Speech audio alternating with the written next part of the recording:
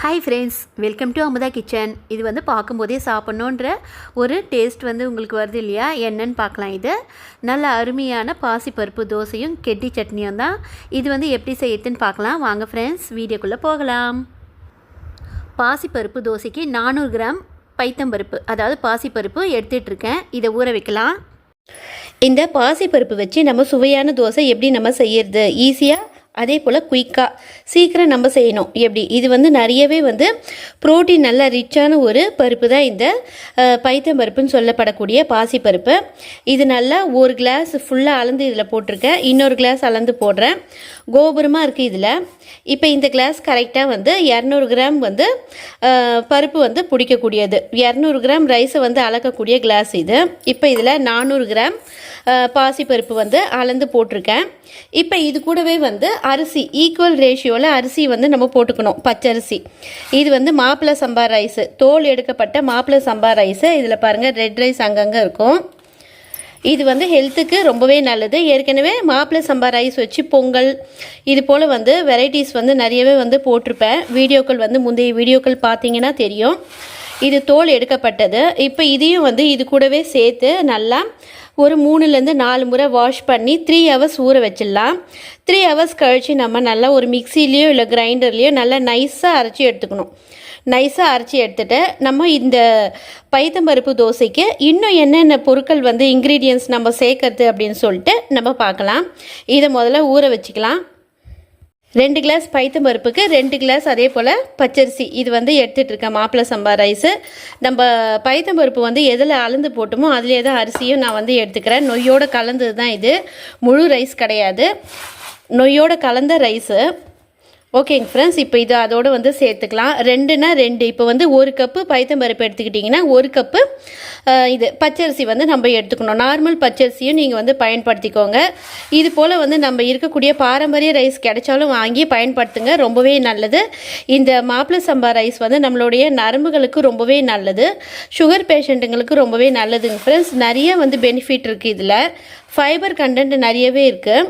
தோலோடு பயன்படுத்தினோம்னா இப்போ பாருங்கள், நல்லா 4-5 முறை வாஷ் பண்ணி ஊற விட்டுட்டேன். மாப்பிள்ளை சம்பா ரைஸும் பைத்தம்பருப்பும் கரெக்டாக 3 ஹவர்ஸ் ஊறினா போதும் ஃப்ரெண்ட்ஸ். பாசிப்பருப்பு தோசைக்கு தேவையான அரிசியும் பருப்பும் நல்லா ஊறிடுச்சு 3 ஹவர்ஸ். ஓகே, இது அப்படியே இருக்கட்டும். இதுக்கு தேவையான பொருட்கள்: 4 மீடியம் சைஸ் வெங்காயம், 1 கைப்பிடி அளவுக்கு புதினா, 12 பச்சை மிளகா. இது வந்து காரம் குறைவாக தான் இருக்கும், 12 எடுத்துகிட்டு இருக்கேன். பச்சை மிளகாய் இவ்வளோ வேண்டாம், கொஞ்சம் அளவு வந்து குறைச்சிக்கலாம் அப்படின்ட்டு நீங்கள் வந்து ஃபீல் பண்ணிங்கன்னா வட்டல் மிளகாய் 5லேருந்து 6 சேர்த்துக்கோங்க. 5லேருந்து 6 பச்சை மிளகாய் சேர்த்துக்கோங்க. இஞ்சி 3/4 துண்டு இஞ்சி.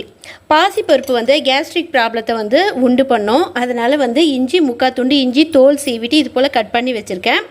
நம்ம இந்த அரிசி பருப்பு நம்ம அரைக்கும் போதே கூடவே சேர்த்து வெங்காயம், புதினா, பச்சை மிளகாய், இஞ்சி இதையும் சேர்த்து நல்லா நைஸாக அரைச்சி எடுத்துக்கலாம். நான் மிக்ஸி ஜாரில் தான் போட்டு அரைக்க போகிறேங்க ஃப்ரெண்ட்ஸ். உப்பு கரெக்டாக 2 டீஸ்பூன் நான் சேர்த்துக்க போகிறேன். பத்தலைன்னா நம்ம ஃபைனலாக நம்ம மாவு இன்னும் கொஞ்சம் தண்ணியாக ஆக்குவோம் இல்லையா நம்ம தோசை ஊற்றும் போது, அப்போ நம்ம சால்ட்டோட அளவை பார்த்து சால்ட்டு சேர்த்துக்கலாம். இப்போ பாருங்கள், இதில் கொஞ்சம் பருப்பு, அரிசி, பச்சை மிளகாய், ஆனியன், அதே போல் இஞ்சி, புதினா கொஞ்சம் சேர்த்துட்ருக்கேன். 2 பகுதியாக 3 பகுதியாக நம்ம அரைச்சி எடுத்துக்கலாம்.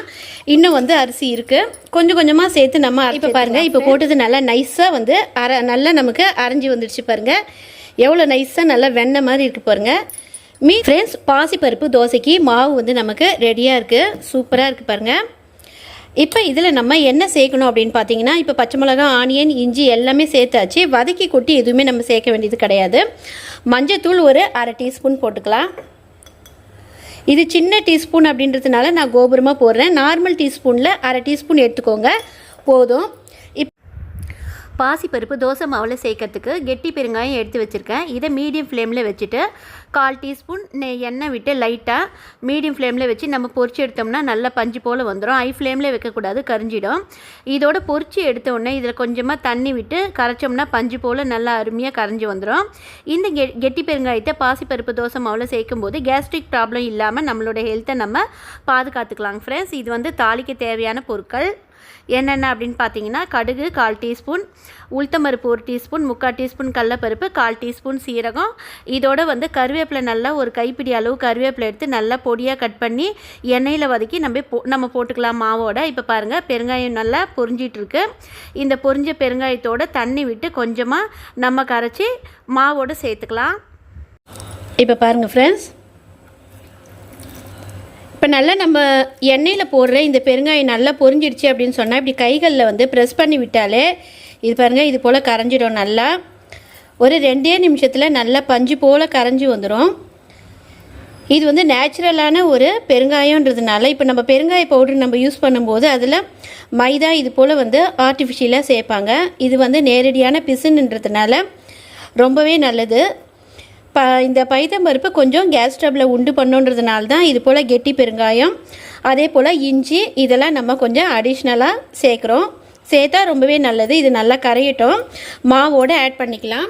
இப்போ தாளிக்கிறதுக்கு உண்டான பொருட்கள் எடுத்து வச்சேன். இதில் ஒரு 6லேருந்து 7 வற்றல் மிளகாய் கிள்ளி வச்சுருக்கேன். கருவேப்பிலையும் எடுத்து வச்சுருக்கேன். கருவேப்பிலையும் நல்லா பொடியாக கட் பண்ணி நம்ம சேர்த்துக்கலாம். மாவோட இந்த வானலில் 2.25 டேபிள் ஸ்பூன் நல்லெண்ணெய் விட்டுருக்கேன். இதில் இப்போ நல்லா இந்த பருப்பில் நல்லா செவந்து வரட்டும்னு சொல்லிட்டு நம்ம கருவேப்பிலை சேர்த்துக்கலாம். பருப்பு செவந்ததும் கருவேப்பிலை சேர்த்துட்டேன். இதை இப்போ நம்ம அரைச்சி வச்சுருக்கக்கூடிய மாவோடு சேர்த்துக்கலாம். அதுக்கு முன்னாடி நம்ம கரைச்சி வச்சுருக்கக்கூடிய பெருங்காயத்தை நல்லா சேர்த்துக்கலாம். இதை நல்லா கலந்து விட்டுக்கலாம். இப்போ பாருங்கள் நல்லா வந்து தாளிச்சி கொட்டியாச்சு. இப்போ இதோட வந்து நல்லா வந்து மிக்ஸ் பண்ணிக்கலாம். எவ்வளோ கலர்ஃபுல்லாக சூப்பராக இருக்குது பாருங்கள். இப்போ வந்து கொஞ்சம் இது கெட்டியாக இருக்கு இல்லையா, அரிசி ஊற விட்ட தண்ணியே வந்து நம்ம கொஞ்சமாக ஆட் பண்ணிக்கலாம். இந்த தண்ணி ரொம்பவே வந்து டேஸ்ட்டாக இருக்கும். அரிசி பருப்போட சத்து பூராவும் இந்த தண்ணியில் இருக்கிறதுனால இந்த தண்ணியை நம்ம ஆட் பண்ணிக்கலாம். தோசை ஊற்றுறதுக்கு சரியான கன்சிஸ்டன்சியில் இருக்கும் மாவு. ஓகேங்க ஃப்ரெண்ட்ஸ், இது அப்படியே இருக்கட்டும். இதுக்கு சைட் டிஷ் நல்லா சூப்பராக தேங்காய் சட்னி கெட்டி சட்னி அரைச்சிட்டு வந்துடலாம். நம்மளுடைய பாசிப்பருப்பு தோசைக்கு அருமையான கெட்டி சட்னி ரெடி ஆகிடுச்சு பாருங்கள். இது எப்படி ரெடி பண்ணேன் நான் அப்படின்னு சொன்னேன்னா, உடச்சக்கடலையோட அளவு வந்து அதாவது பொட்டுக்கடலையோட அளவை கொஞ்சம் கம்மி பண்ணிக்கோங்க. தேங்காயோட அளவை வந்து கொஞ்சம் அதிகம் பண்ணிக்கோங்க. அதோட இஞ்சி, பச்சை மிளகா, பூண்டு வந்து ஆப்ஷனல் தான். நீங்கள் வேணும்னா வந்து வச்சு அரைச்சிக்கோங்க. நான் வந்து பூண்டு வைக்கலை. பூண்டு வந்து வச்சு அரைச்சோம்னா இன்னும் வாசனை ரொம்ப அருமையாக இருக்குங்க ஃப்ரெண்ட்ஸ். பொட்டுக்கடலையோட அளவை குறைச்சிட்டு தேங்காயோட அளவை கொஞ்சம் இன்க்ரீஸ் பண்ணிக்கோங்க. இது பாசிப்பருப்பு தோசை, பருப்பு தோசை எல்லாத்துக்கும் இது போல் தேங்காய் சட்னி ரொம்பவே வந்து அருமையாக இருக்கும். இந்த தேங்காய் வந்து நைட் டைமில் நம்ம செய்யும்போது இல்லை பகலில் இருந்தாலும் சரி கேஸ்ட்ரிக் ப்ராப்ளத்தை உண்டு பண்ணாமல் இருக்கிறதுக்கு இஞ்சி வந்து நான் கொஞ்சம் அதிகமாகவே சேர்ப்பேன். ரொம்ப அருமையாக இருக்குங்க ஃப்ரெண்ட்ஸ். இதே போல் பச்சை மிளகாய் இல்லைன்னா வற்றல் மிளகாவும் நல்லா எண்ணெயில் ஃப்ரை பண்ணிவிட்டு சேர்த்தோம்னா நல்லா கமகமன் வாசனையாக அருமையாக இருக்கும். ஓகேங்க ஃப்ரெண்ட்ஸ், இப்போ நம்ம பாசிப்பருப்பு தோசை ஊற்றிக்கலாம். இப்போ பாருங்கள் ஃப்ரெண்ட்ஸ், பாசிப்பருப்பு தோசைக்கு பேட்டர் நல்லா ரெடியாக இருக்குது. மாவு நம்ம ஊற்றிக்கலாம். கல்லும் வந்து நல்லா காய வச்சுட்டேன். நான்ஸ்டிக்கை மீடியம் ஃப்ளேமில் வச்சு நம்ம ஊற்றிக்கலாம். இப்போ பாருங்கள், தோசை ஊற்றிட்டு சுற்றிலும் 1 டீஸ்பூன் அளவுக்கு நல்லெண்ணெய் விட்டுருக்கேன். எவ்வளோ மெலிசாக வேணாலும் நம்ம வந்து ஊற்றிக்கலாம். நைஸ் தோசை மாதிரி நல்லா அருமையாக வரும் நமக்கு. நான் மெல்லிசாக தான் ஊற்றிருக்கேன். திருப்பி போட்டுட்டு நான் காட்டுறேன். டக்குன்னு நமக்கு செவந்து வந்துடும். நல்லா ஒரு நிமிஷம் ஆகும் கரெக்டாக.